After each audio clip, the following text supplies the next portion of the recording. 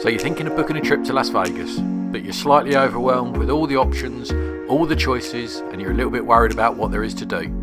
In this video, we'll share some of our experiences and give you our top tips for a great time in Vegas. So the first tip is to pick a flight that works for you. You can either fly directly or indirectly into Las Vegas. The indirect flights generally are a little bit cheaper. The direct flights go from Manchester, Gatwick or Heathrow. The flight time on a direct flight is about 10.5 hours. So if you start mixing that in with connecting flights and layovers, you can quite easily get up to 14-15 hours. That's why I always prefer to fly direct if I can do. Then once you've decided all that, you can have a look at the prices for upgrading and work out if that was something you'd want to progress or not. I personally prefer to, as 10.5 hours can be quite a long time on a single flight, so I like that little bit more extra legroom.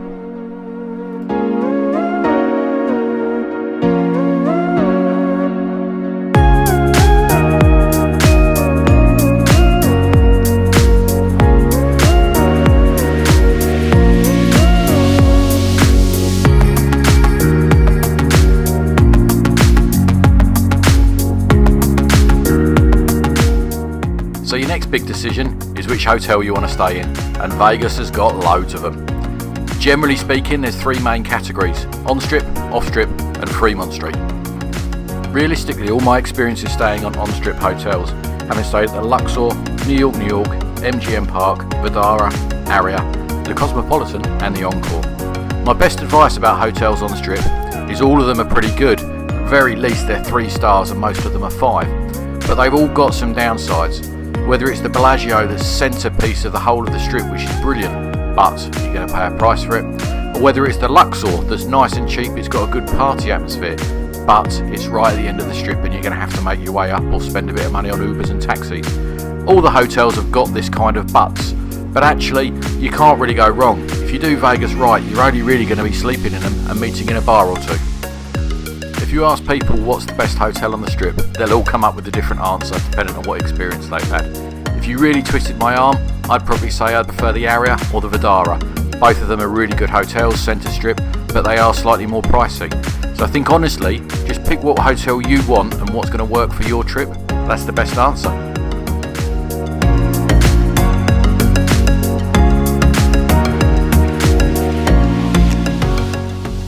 So my next tip is about money. And yeah, you're definitely going to need some in Vegas. You've got some choices here of what you want to do. Vegas is very much a cash town still. And by that, I mean that everyone's pretty much accepting of $50 and $100 bills without too many issues. And this is certainly true when gambling, either on the tables or with machines. Just make sure you have your ID with you at all times. However, I now favour taking a bit of a 50-50 payment method, 50% cash and 50% loaded up onto a card, such as Monzo, Starling Bank, or my preferred favourite is Revolut. Just load it up with sterling. When you want to change it, just move it over to dollars, and it's really easy to use with no transaction fees. There is a couple of other things to do with money that I probably should mention just to try and help you out a little bit. Try and avoid using the cash machines in the casinos. They charge you quite a high fee in the region of between $8 and $10, and they give you a very poor exchange rate if you're changing it from a different currency into dollars. So all in all, try and steer clear of them if you can do. And finally, it's to do with the hotels really. If you're staying there, they will actually take a safety deposit from you for in the region of $50 a night that you do get back. But equally, there's the resort fees that are getting very close to $50 a night for hotels. Very few of the UK holiday suppliers actually include that in your bill, so you may get stung with a little bit more money than you thought you were going to at the end of the trip.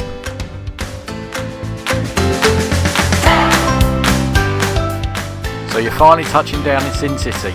Now what have you got to do? Well, you've got to get from the airport to the strip.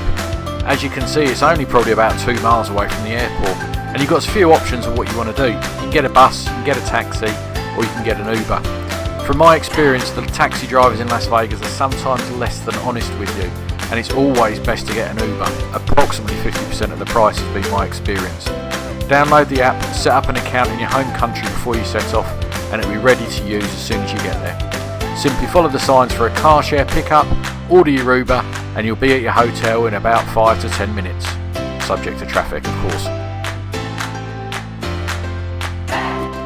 Then it comes to check-in. Normally check-in's pretty efficient in Vegas, but the sheer amount of people that they see at hotels can often lead to a bit of a line checking in. Certainly the MGM Park, which you can see here, have recently changed to an all automated check-in. This does remove the possibility of the old $20 sandwich of trying to get an upgrade. So that's simply tucking $20 into your passport as you check in, ask if there's any complimentary upgrades available. The very worst that can happen is that they say no and they return it all back to you and you check in with your normal room. It's well worth a go, and it's another one of my tips to try. So you've finally made it from the airport to the hotel. You've checked in, you've got your room sorted, you've gone up to the 50th floor or whatever you're on, and the real desire is to put your bags down and just have a little rest because you've had a really long day travelling. Do not do it. Put your bags down, have a shower and get out in Vegas. You paid an awful lot of money to be there and you need to get onto that time zone as quickly as possible. My next piece of advice is to power through that night as long as you can do, but at least until 11 o'clock at night. So you go to bed, have a really good sleep, wake up about 8-9 o'clock and you're on Vegas time and you're ready to enjoy your holiday. So you're in, you're settled, you got your hotel, you got your first night out your way. What are you going to do while you're in Vegas? My best suggestion and tip is have a plan before you go, because there is just so much you can do in Vegas. Whether it's going up the Eiffel Tower, looking at the Bellagio fountains, even looking at the fountains while you're up the Eiffel Tower. Going to a gun range to shoot all sorts of weapons you can ever think of. Helicopter trips up and down the strip or out to the Grand Canyon. Visiting the Stratosphere, jumping off it if you fancy it. You can visit one of the many excellent Cirque du Soleil shows that are available throughout the year, or indeed any artists that happen to be performing there have got residencies while you're out there. Frankly, Vegas has got 1,000,001 things to do, and what I wouldn't want you to do is stumble into your holiday not thinking about anything up front. So please just have a look what's on and get a loose idea of what you want to do so that you can maximise your time there. And of course, it's Vegas. It's in the middle of the desert. It's sunny. It's roasting hot. You can always do a pool day, and in Vegas you can really do them in style. We treated ourselves and got a cabana at the Vidara, which is what you're seeing now. Really nice, really out the way, really top class way of spending your day. All hotels do something similar, and some of them will give you food and beverage credit for what you spend as well. Probably a good way of getting good value for money. And now on to eating and drinking in Vegas. Or where do you begin really? Vegas is massive, and it caters for all sorts of budgets, whether it be low-end McDonald's all the way up to high-end double Michelin-starred restaurants. Frankly, just choose what you want to eat and go with it. I would recommend you download an app such as OpenTable or something, so once you've decided, you can make a reservation right there, right then, get it all sorted and make sure you can eat where and when you want. I have added down in the description some of the places we like to go and where you can find them with a real brief description, but ultimately choose what type of food you want and just go with it. So drinking in Vegas, as far as I'm aware, is pretty much mandatory. So let's start with why you're gambling at the tables. While you're playing either at the tables or at the machines, your drinks will be complimentary and free. All I'd suggest is you tip the hostess. You never know, she might come around a little bit more frequently if you tip her well. Just be cautious though, because the more drinks you have, perhaps the worse decisions you make while gambling. When it comes to bars, there's a bar in Vegas that meets everyone's taste. Whether it's an Irish pub or a high quality champagne bar, it has what you need. Some of our favourites is the Sky Bar at the Waldorf Astoria, really nice bar, some great views of Mid-Strip. Or indeed the Skyfall Bar at the top of the Delano, some really awesome views from this one and not dissimilar from the Foundation Room at the Mandalay Bay. They do have a really good restaurant here, would recommend the steak all day long, really nice. And it's more at the other end of the spectrum, you've got the Times Square Bar at New York. Good drinks, good fun, and a really good sing-song, some great atmosphere there. If you're into football, I'd recommend Legacy Stadium at the Palazzo, down in the basement there. Any Premiership game they've got going on, or any sports they've got going on. Good cheap beer, good cheap food, just a nice environment to be. But ultimately, pick your bars, have a few drinks. I recommend the buckets of beer because you seem to get a bit better value for money, and select your happy hours. You can save yourselves a fair amount of money if you pick and choose when you go to the bar and what you get.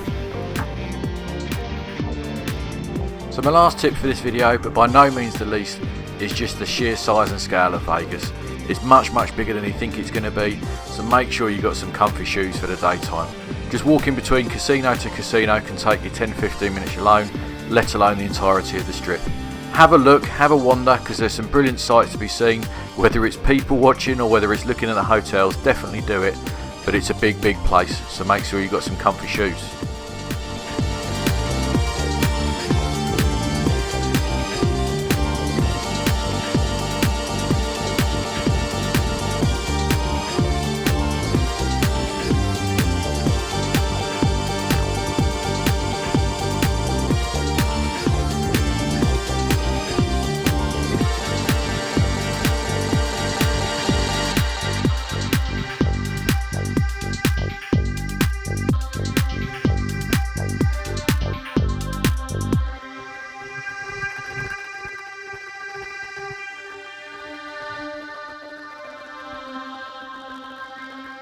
So I really hope these tips have been useful for you and make your trip even better than it might have been without them. Thanks ever so much for watching. Please subscribe and leave a like.